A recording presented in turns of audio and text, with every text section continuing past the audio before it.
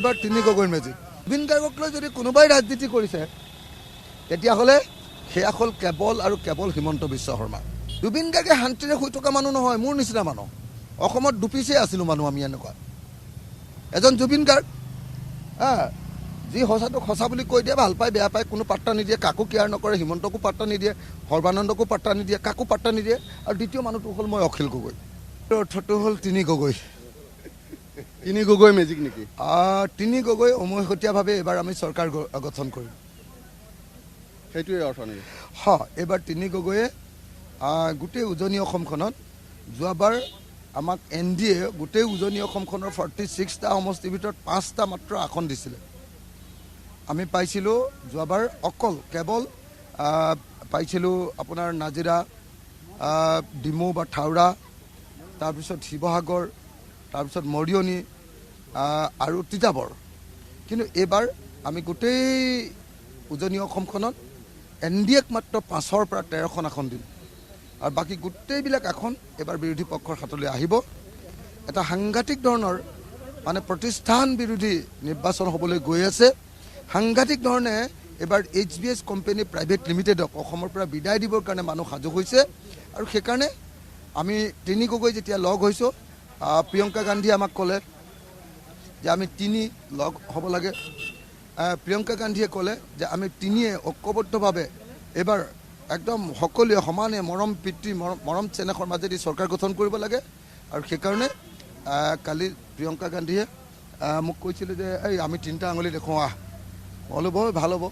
সেইকাৰণে কালি তিনিটা আঙুলি দেখুৱাইছিলোঁ। এইবাৰ তিনি গগৈৰ মেজিক, এইবাৰ অসমত তিনি গগৈৰ মেজিক। সঁচাকৈ উজনি অসমত, মই নামনি অসমৰ কথাটো নাজানো, আজি মধ্য অসমলৈ আহিছোঁ। মধ্য অসমতো কলিয়াবৰ আৰু তেজপুৰ আমাৰ উঠিছে। মধ্য অসমৰ কলিয়াবৰ আৰু তেজপুৰত কমপ্লিটলি মই দেখিছোঁ যে খুব ভাল পৰিৱেশ হৈ আছে। তেজপুৰত আমাৰ প্ৰাৰ্থী অলকনাথ এতিয়া জয়ী হ'ব। আনকি কলিয়াবৰৰ নিচিনা কেশৱ মহন্ত, যিজনে ইমান দিন ধৰি আঞ্চলিকতাবাদক HBS কোম্পানী প্ৰাইভেট লিমিটেডৰ ওচৰত ঠিকা দি দিছিলে, সেই কলিয়াবৰতো এইবাৰ আমি জয়ী হ'ম। অসমত আঞ্চলিকতাবাদ শেষ হৈ গৈছে, মানে অগপ মাৰ্কা আঞ্চলিকতাবাদটো খতম। এইটো হিমন্ত বিশ্ব শৰ্মাই খাই পেলালে। HBS কোম্পানী প্ৰাইভেট লিমিটেডে অসমত অগপ মাৰ্কা আঞ্চলিকতাবাদটো শেষ কৰি দিলে। গোটেই উজনি অসমখন আপুনি চাওক, 46টা সমষ্টি, তাৰ ভিতৰত অকল 2টা সমষ্টি অসম গণ পৰিষদে পাইছে। সকলোৱে জানে যে উজনি অসমখন হ'ল আঞ্চলিকতাবাদৰ প্ৰাণকেন্দ্ৰ। আৰু নামনি অসমখনত সাম্প্ৰদায়িক ধৰণে মানে হিন্দু মুছলমানৰ ৰাজনীতি বহুত বেছি হয় তাতে। কিন্তু উজনি অসমখনত আমি সদায় দেখিছোঁ, উজনি অসমখনত সদায় দেখিছোঁ যে অসমীয়া জাতিক জীয়াই ৰাখিব লাগে। এই প্ৰশ্নত সম্পূৰ্ণৰূপে আঞ্চলিকতাবাদী জাতীয়তাবাদী ঢৌ আহে। কিন্তু উজনি অসমত যদি আঞ্চলিকতাবাদৰ ঢৌ আহে, তেতিয়াহ'লেও কেইখন আসনত জিকিব? উজনি অসমত অসম গণ পৰিষদে অকল 3খন আসন পাইছে খেলিবলৈ। 1 নম্বৰ আসনখন পালে ক'ত? আপোনাৰ দেৰগাঁৱত। নহয়, দেৰগাঁৱতো নিদিলে, তেওঁলোকক চাবুৱা লাহোৱাল নিদিলে। আগতে আছিলে MLA, সেইটো ভাঙি দিলে, চাবুৱা লাহোৱাল ভাঙি দিলে, হয়নে নহয়?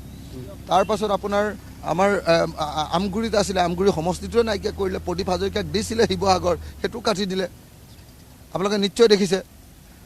গতিকে একেবাৰে নাইকিয়াই কৰি দিলে, খতম কৰি দিলে। অসম গণ পৰিষদক গোটেই 46টা সমষ্টিৰ ভিতৰত 4টা সমষ্টি দিছে। 46টা সমষ্টিৰ ভিতৰত 4টা সমষ্টি দিছে। গতিকে অসম গণ পৰিষদ ক'ত থাকিব ইয়াত? বদৰুদ্দিন আজমল এতিয়া অপ্ৰাসংগিক। অসমৰ ৰাজনীতিত ৰাইজৰ দলে এটা বহুত ডাঙৰ কাম কৰিলে, সেইটো হ'ল বদৰুদ্দিন আজমলক নিষেধ কৰি পেলোৱা ৰাজনীতি। তো আপোনালোকে সকলোৱে জানে যে ৰাইজৰ দলে যোৱা লোকসভা ইলেকশ্যনত কংগ্ৰেছ দলক নিজে ত্যাগ কৰি, এটাও চিটত ইলেকশ্যন নুঠি নিজে ত্যাগ কৰি যোৱাবাৰ লোকসভা নিৰ্বাচনত বদৰুদ্দিন আজমল পাৰ্টিক নামনি অসমৰ পৰা আৰু বৰাক উপত্যকাৰ পৰা কমপ্লিটলি শেষ কৰি দিলে। আনকি নিজে বদৰুদ্দিন আজমল মানুহজনকো কমপ্লিটলি পৰাজিত কৰিলে। এবাৰ 0 হ'ব নেকি? এবাৰ মই চাই লৈছোঁ 0 হোৱাৰ চান্স আছে। এটা মাত্ৰ সমষ্টিত অলপ সন্দেহ আছে, এটা মাত্ৰ অকল এটা মাত্ৰ সমষ্টিত জিকিলে জিকিব পাৰে, বাকীবিলাকত 0।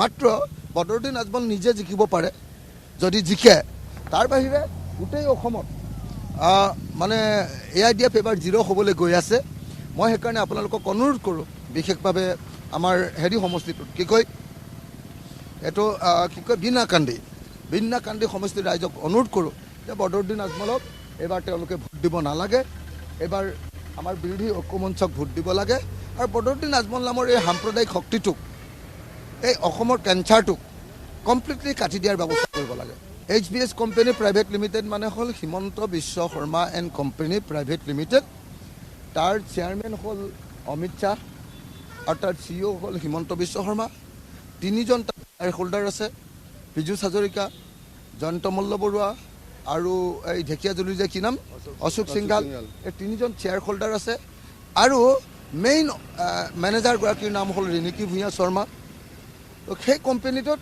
অতুল বৰা আৰু কেশৱ মহন্ত কৰ্মচাৰী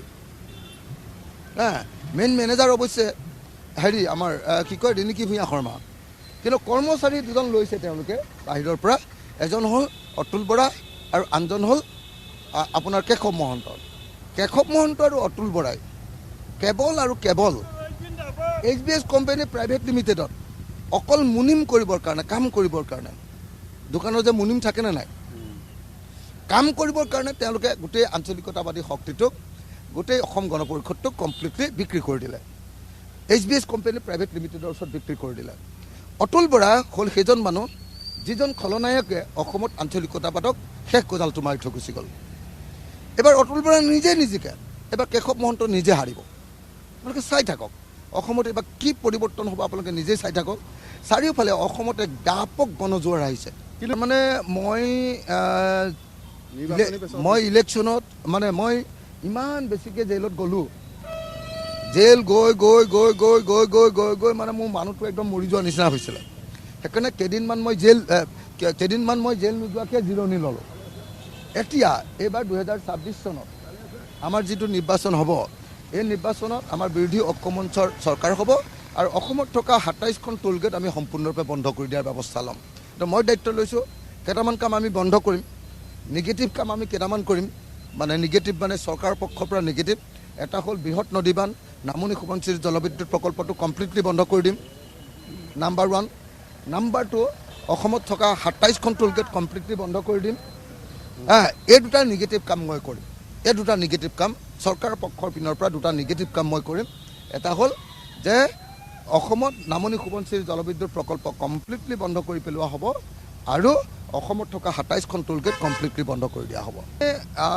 নৰেন্দ্ৰ মোদী শাসনলৈ আহিছিলে বেছিকেলি মূল্য বৃদ্ধি ৰোধ কৰিবৰ কাৰণে তেওঁ কৈছিলে মেহেংগায়ে হতায়েংগে কৈছিলেনে মেহেংগায়ে হতায়েংগে কিন্তু যি গেছ চিলিণ্ডাৰৰ দাম ডক্টৰ মনমোহন সিঙৰ দিনত 414 টকা আছিলে সেই গেছ চিলিণ্ডাৰৰ দাম নৰেন্দ্ৰ মোদীয়ে 1152 টকা কৰি দিলে 1152 টকা কৰি দিলে মানে 750 টকা দাম বঢ়ালে 750 টকা দাম বঢ়ালে নৰেন্দ্ৰ মোদীয়ে গতিকে আমি সেইকাৰণে তেওঁক ফেকুৰাজ বুলি কওঁ ফেকুৰাজ বুলি কেলে কয় মানুহে গোটেই ভাৰতবৰ্ষত এতিয়া ফেকুৰাজ বুলি নৰেন্দ্ৰ মোদী কিয় কয় তেওঁ পৃথিৱীৰ মিছা কথাৰ মালিক অকল ভাৰতৰ মিছা কথাৰ মালিক নহয় তেওঁ গোটেই পৃথিৱীৰ মিছা কথাৰ মালিক তেওঁ ক'লে যে প্ৰত্যেকটো পৰিয়ালক 15 লাখকৈ টকা দিব তেওঁ ক'লে যে নহয় কি কয় আপোনাৰ মেহেংগায়ে হতায়েংগে মূল্য বৃদ্ধি ৰোধ কৰিম গেছ চিলিণ্ডাৰৰ দাম 414 টকাৰ পৰা 1152 টকা কৰি দিলে মিঠাতেলৰ দাম 80 টকাৰ পৰা আপোনাৰ 220 টকা কৰি দিলে পেট্ৰলৰ দাম ডিজেলৰ দাম বোধহয় কিমান আছিলে তেওঁৰ চৰকাৰ অহাৰ সময়ত 48 মান আছিলে নেকি 47-48 আছিলে তাৰ পৰা এতিয়া ডিজেলৰ দাম 100 টকাৰ ওচৰা-ওচৰি হ'ল আৰু ডাবুল হৈ গ'ল ডিজেলৰ দাম কেতিয়াও নবঢ়ায় পৃথিৱীত কেলে ডিজেলত ট্ৰাক চলে ডিজেলত ৰেল চলে অত্যাৱশ্যকীয় সামগ্ৰীৰ কাৰণে ডিজেলৰ দাম জাহাজ চলে গতিকে ডিজেলৰ দাম সদায় কমাই ৰাখে কিন্তু ফেকু মহাৰাজে আমাৰ ডিজেলৰ দামো বঢ়াই দিলে তাৰ পাছত আপুনি দেখিবলৈ পাব যে তেওঁ অসমৰ পৰা বিদেশী যাব বুলি কৈছিলে বিদেশী 16 মে'ৰ পৰা বিদেশী যাব বুলি কৈছিলে বিদেশী তেওঁ আনি দিলে অসম বানমুক্ত হ'ব বুলি কৈছিলে বানপানীৰ পৰা মুক্ত নহ'ল, বিদেশী মুক্ত কৰিম বুলি কৈ এতিয়া কৈছে আৰু এটা বছৰ দিয়া, আৰু 5 বছৰ দিয়া। বিদেশী মুক্ত আৰু নাম বিদেশী নামে, কিন্তু এটা কথা দেখিবলৈ তেওঁ 6 জনগোষ্ঠীৰ জনজাতিকৰণ কৰিম বুলি কোচ ৰাজবংশীসকলক কৈ গৈছিলে যে 6 মাহৰ ভিতৰত 2014ত কৈছিলে, 2016ত কৈছিলে 6 মাহৰ ভিতৰত 6 জনগোষ্ঠীৰ জনজাতিকৰণ কৰিম। 6 জনগোষ্ঠীৰ জনজাতিকৰণ কৰিলে নে ৰাইজ? জুবিন গাৰ্গক লৈ যদি কোনোবাই ৰাজনীতি কৰিছে তেতিয়াহ'লে সেয়া হ'ল কেৱল আৰু কেৱল হিমন্ত বিশ্ব শৰ্মা। আন চব মানুহে, অসমৰ 99.99% মানুহে জুবিন গাৰ্গক ভাল পায়। যি অসমীয়া সেই জুবিন গাৰ্গক ভাল পায়। এটা মানুহেই ভাল নাপায়, সেই মানুহটোৰ নাম হ'ল হিমন্ত বিশ্ব শৰ্মা। তেওঁৰ নাম হিমন্ত বিশ্ব শৰ্মাই সদায় যিদিনা মৃত্যু হৈছে সেইদিনাৰ পৰা প্ৰথম যে জুবিন গাৰ্গৰ মৃত্যুৰ সময়ত হেৰি নাছিলে বুলি কৈ দিলে। কি নাম এইটো? মহন্তটো কি নাম আছিলে? শ্যাম কানু মহন্ত। শ্যাম কানু মহন্ত তাত নাছিলে বুলি কৈ দিলে। তাৰপিছত জুবিন গাৰ্গৰ ডেড বডি তেওঁ আনিম বুলি কৈছিলে চাৰ্টাৰ্ড ফ্লাইটত। তেওঁ আনিলে লাগেজৰ লগত, বস্তু বাহানিৰ লগত। তাৰপাছত তেওঁ কৈছিলে, তেওঁ যেতিয়া ইয়াত পালেহি দিল্লীৰ পৰা আমি চাৰ্টাৰ্ড ফ্লাইটত আনিম বুলি ক'লে, তাৰপিছতো তেওঁ লাগেজত আনিলে, এইটো আমি দেখিলোঁ। তাৰপাছত তেওঁ কি কৰিলে, যেতিয়া দিল্লী পালেহি তেওঁ এনেকুৱা এটা নাটক দি দিলে, সেই সময়ত BTC নিৰ্বাচন আছিলে, একদম হেৰিখন দি দিলেগৈ, গৈ বড়োসকলৰ কি কয় গামোচাখন কি বুলি কয়, আৰ্নাইখন দি দিলেগৈ, আৰ্নাখন দি দিলেগৈ। তো প্ৰত্যেকটো ক্ষেত্ৰতে জুবিন গাৰ্গক লৈ যদি কোনোবাই পলিটিক্স কৰিছে তেতিয়াহ'লে সেই মানুহজনৰ নাম হ'ল হিমন্ত বিশ্ব শৰ্মা। আৰু আন সকলো মানুহে জুবিন গাৰ্গৰ ন্যায় বিচাৰিছে। ন্যায় বিচৰাটোতো আৰু ৰাজনীতি নহয়, হয়নে নহয়? ন্যায় বিচৰাটো কেতিয়াও ৰাজনীতি নহয়। আৰু যিবিলাক মানুহে কয় যে জুবিন গাৰ্গক শান্তিৰে শুই থাকিবলৈ দিয়া, সেইবিলাক মানুহ আকৌ জুবিন গাৰ্গৰ মৃত্যুৰ পক্ষ। জুবিন গাৰ্গে শান্তিৰে শুই থকা মানুহ নহয়, মোৰ নিচিনা মানুহ। অসমত দুপিছে আছিলোঁ মানুহ আমি এনেকুৱা। এজন জুবিন গাৰ্গ যি সঁচাটো সঁচা বুলি কৈ দিয়ে, ভাল পায় বেয়া পায় কোনো পাত্তা নিদিয়ে, কাকো কেয়াৰ নকৰে, হিমন্তকো পাত্তা নিদিয়ে, সৰ্বানন্দকো পাত্তা নিদিয়ে, কাকো পাত্তা নিদিয়ে। আৰু দ্বিতীয় মানুহটো হ'ল মই অখিল গগৈ, মই কাকো পাত্তা নিদিওঁ। যি ক'ব লগা আছে মই কমেই, পৃথিৱীৰ যোনে যি নকওক লাগিলে, যদি সঁচা হয় কথাটো মই কৈহে এৰিম। তাৰ কাৰণে মোৰ যি হয়, ফাঁচি হয়, কি হয়, মই এৰি নিদিওঁ কেতিয়াও। গতিকে মই আপোনালোকক এটা কথা ক'ব খোজোঁ যে জুবিন গাৰ্গ শান্তিৰে শুই থাকিব নোৱাৰে। জুবিন গাৰ্গক হত্যা কৰিছে, হত্যা কৰা মানুহজনে কেতিয়াও শান্তিৰে শুই থাকিব নোৱাৰে। তেওঁ প্ৰতিশোধ ল'ব লাগিব, তেওঁ প্ৰতিবাদ কৰিব লাগিব। জুবিন গাৰ্গৰ মৃত্যুৰ যদি প্ৰতিবাদ আমি নকৰোঁ, জুবিন গাৰ্গৰ মৃত্যুৰ প্ৰতিবাদ যদি আমি নকৰোঁ, তেতিয়াহ'লে আপোনালোকে নিশ্চিন্ত হৈ থাকিব যে জুবিন গাৰ্গক আমি বিদ্ৰোহ কৰিছোঁ, বিশ্বাসঘাতকতা কৰিছোঁ। গতিকে জুবিন গাৰ্গক যিসকলে বিশ্বাসঘাতকতা কৰিছে, জুবিন গাৰ্গৰ মৃত্যুৰ কাৰণে যিসকল প্ৰত্যক্ষ বা পৰোক্ষভাৱে জগৰীয়া, সেই মানুহবিলাকে জুবিন গাৰ্গক মনে মনে শুই থাকিবলৈ কয়। বিজয় কৃষ্ণ সন্দিকৈ, বিজয় কৃষ্ণ সন্দিকৈক যেতিয়া, নমস্কাৰ, ভাৰতবৰ্ষৰ এজন ৰাষ্ট্ৰপতি ৰাধাকৃষ্ণন নেকি বোধহয়, বিজয় কৃষ্ণ সন্দিকৈ যেতিয়া ক'লে যে মই কৃষ্ণকান্ত সন্দিকৈৰ ল'ৰা, তেতিয়া ৰাধাকৃষ্ণনে কৈছিলে, অ' the third class son of a first class man. অ' হয় নেকি, তুমি মানে সেই প্ৰথম শ্ৰেণীৰ পিতৃৰ তৃতীয় শ্ৰেণীৰ পুত্ৰজন। মই ভাবোঁ যে হেমৰাজ ৰাভা নামৰ যিজন মানুহ, পৃথ্বীৰাজ ৰাভা নামৰ যিজন মানুহ, চৰি হেমৰাজ ৰাভা নহয় দেই, পৃথ্বীৰাজ ৰাভা নামৰ যিজন মানুহ, সেই পৃথ্বীৰাজ ৰাভা নামৰ মানুহজন হ'ল the third class son of a first class man. Asomiya জাতিৰ প্ৰবাদ প্ৰতিম বিপ্লৱী সংগ্ৰামী, সংস্কৃতিৰ পুৰোধা, অসমীয়া জাতিৰ প্ৰাণ বিষ্ণু ৰাভা, বিষ্ণুপ্ৰসাদ ৰাভা। সেই বিষ্ণুপ্ৰসাদ ৰাভাৰ এজন তৃতীয় শ্ৰেণীৰ পুত্ৰ হ'ল পৃথ্বীৰাজ ৰাভা। বিষ্ণু ৰাভাৰ পুতেকে যেতিয়া RSSৰ হাফ পেণ্টটো পিন্ধিছে, সেইদিনাই আমি গম পালোঁ যে এওঁ সন্দেহ আছে, এওঁ বিষ্ণু ৰাভাৰ বায়'লজিকেল পুত্ৰ হ'ব পাৰে, কিন্তু আচলতে এওঁ বিষ্ণু ৰাভাৰ পুতেক নহয়। বিষ্ণু ৰাভা মোৰ জীৱনৰ আটাইতকৈ ডাঙৰ গুৰুজনৰ নাম বিষ্ণুপ্ৰসাদ ৰাভা। মই বিষ্ণু ৰাভাৰ আদৰ্শৰে পৰিচালিত হওঁ, কিন্তু সেই বিষ্ণু ৰাভাৰ পুতেকে যেতিয়া হাফ পেণ্ট পিন্ধি যেতিয়া RSSৰ কেম্পত ট্ৰেইনিং ল'বলৈ যায়, আৰু যেতিয়া হিন্দু মুছলমানৰ কথা কয়, কাজিয়াৰ কথা, সংঘৰ্ষৰ কথা কয়, তেতিয়া মোৰ মনত পৰে সেই বাক্যটো the third class son of a first class man, first class father. গতিকে মই ভাবোঁ যে পৃথ্বীৰাজ ৰাভা হ'ল অসমৰ ইতিহাসৰ আৰু বোধহয় তেজপুৰৰ ইতিহাসৰো একদম সৰ্বকালৰ অকমন্য, সৰ্বকালৰ অহংকাৰী, সৰ্বকালৰ অদৰকাৰী এজন MLA, যাৰ দিনত তেজপুৰত সামান্যতম কাম এটাও নহ'ল। গতিকে মই আপোনালোকক সকলোকে ক'ব খুজিছোঁ যে এই পৃথ্বীৰাজ ৰাভা নামৰ এই গছৰ মূঢ়াটোক মই গছৰ মূঢ়া বুলি কওঁ। পৃথ্বীৰাজ ৰাভা হ'ল গছৰ মূঢ়া। ইয়াৰ বিপৰীতে এজন আপোনাৰ ভাৰতৰ স্বাধীনতা সংগ্ৰামৰ মুক্তিযোদ্ধাৰ পুত্ৰ, অসম আন্দোলনৰ শ্বহীদৰ ভাতৃ আৰু এজন চিনেমা আৰু নাটকৰ পৰিচালক, আৰু তেখেতক আচলতে সংস্কৃতিবান তেজপুৰে নিশ্চয় এবাৰ জয়ী কৰিব। অলোকনাথক নিশ্চয় এবাৰ জয়ী কৰিব। মই আশা কৰিছোঁ এবাৰ অলোকনাথ তেজপুৰৰ পৰা জয় হ'ব। আৰু পৃথ্বীৰাজ ৰাভাক কোনে ভোট দিব? বিজেপিয়ে ভোট দিব নেকি কওকচোন? অলগদ্ধ, অকমন্য, এটাও কাম কৰিব নোৱাৰা।